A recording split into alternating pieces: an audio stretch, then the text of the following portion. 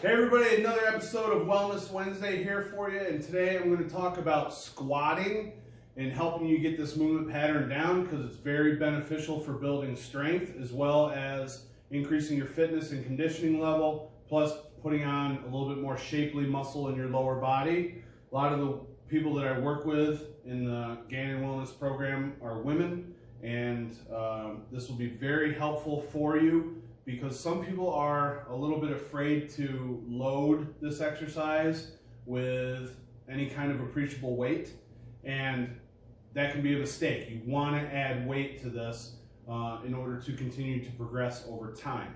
So let me just show you without any weight, and it doesn't really matter how you hold your hands. Usually I gravitate right to this position here. And the main thing you want to think about when you squat is you just don't want to drop. You don't want to drop straight down. If you do, you're going to hit a point where your knees won't allow you to go any further, because these tissues will only stretch so far. So instead of just dropping down, what you want to do is you want to push the butt back and then drop down, and then you can keep on going. Now for some people, that will actually cause the knee to go out in front of the toe. In this case, that's not an alarm or anything. That's not a red flag. Because as you are squatting down, depending on how your body works, your knee may go out in front. And it shouldn't hurt. It should be okay, because your hip complex has broken back first, and then you're good to go. So it's going to look like this, and a lot of times in fitness programs, you'll squat maybe 20 rep squats, or you might squat to a chair or something like that. Really high repetitions. So you want to get this down. So you always want to remember butt back first and then lower down in order to get down to that lowest position. Whereas if I just drop, I can't get down there to the same distance because I start to feel it in my knees. Mechanically, it just doesn't work. The other thing is, you want to think about pushing the knees out. So what I've seen a lot of people end up doing is they'll go knock, I call it going knock knee. So they bring their knees in and then start to go down.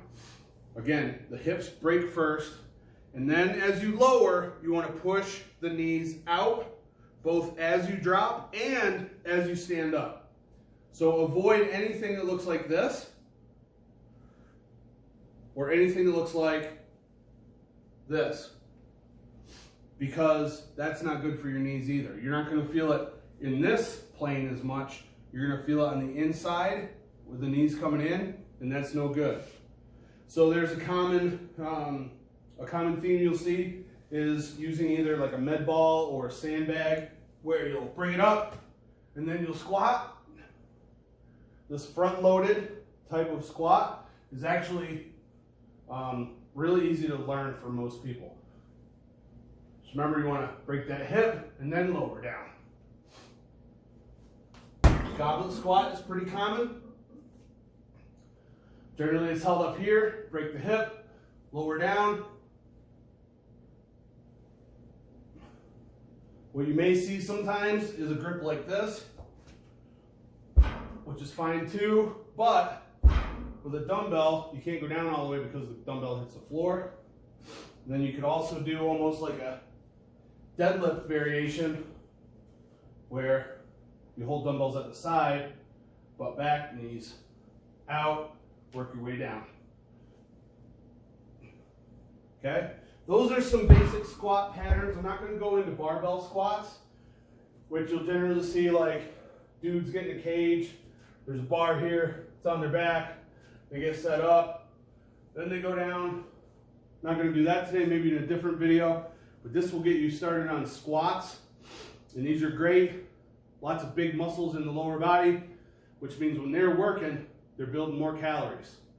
And if you add a little bit more lean tissue to your lower body, that's a lot of muscle, which means you're burning calories when you're not even doing anything.